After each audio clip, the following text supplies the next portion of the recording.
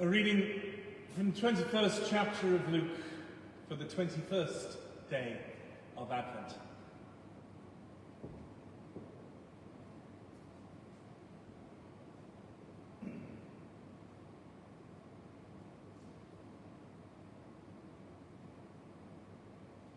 And he looked up and saw the rich men casting their gifts into the treasury. And he saw also a certain poor widow casting in thither 2 mites.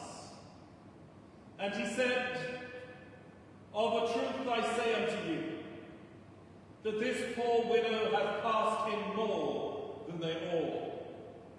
For all these have of their abundance cast in unto the offerings of God.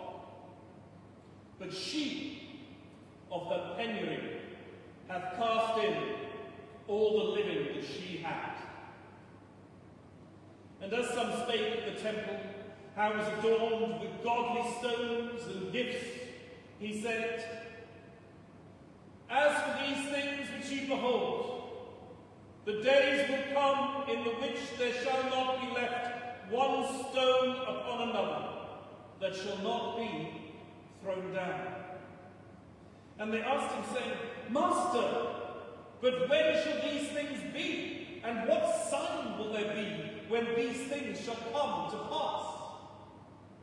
And he said, Take heed that you be not deceived. For many shall come in my name, saying, I am Christ, and the time draweth near. Go ye not therefore after them. But when ye shall hear of wars and commotions, be not terrified. For these things must first come to pass, but the end is not by and by. Then he said unto them, Nation shall rise against nation, and kingdom against kingdom. And great earthquakes shall be in divers places, and famines, and pestilences, and fearful sights, and great signs shall there be from heaven. But before all these they shall lay their hands on you, and persecute you, delivering you up to the synagogues and into prisons, being brought before kings and rulers for my name's sake. And it shall turn to you for a testimony. Settle it therefore in your hearts, not to meditate before what ye shall answer. For I will give you a mouth and wisdom which all your adversaries shall not be able to gainsay nor resist. And ye shall be betrayed both by parents and brethren and kinsfolks and friends. And some of you shall they cause to be put to death. And ye shall be hated of all men for my name's sake. But there shall not an hair of your head perish. In your patience possess ye your souls. And when ye shall see Jerusalem compassed with armies, then know that the desolation thereof is nigh. Then let them which are in Judea flee to the mountains, and let them which are in the midst of it depart out. And let not them that are in the countries enter thereinto. For these be days of vengeance, that all things which are written may be fulfilled. But woe unto them that are with child, and to them that give suck in those days. For there shall be great distress in the land, and wrath upon this people. And they shall fall by the edge of the sword, and shall be led away captive into all nations, and Jerusalem shall be trodden down of the Gentiles, until the times of the Gentiles be fulfilled. And there shall be signs in the sun, and in the moon, and in the stars, and upon the earth distress of nations with perplexity, the sea and the waves roaring, men's hearts failing them for fear and for looking after those things which are coming on the earth.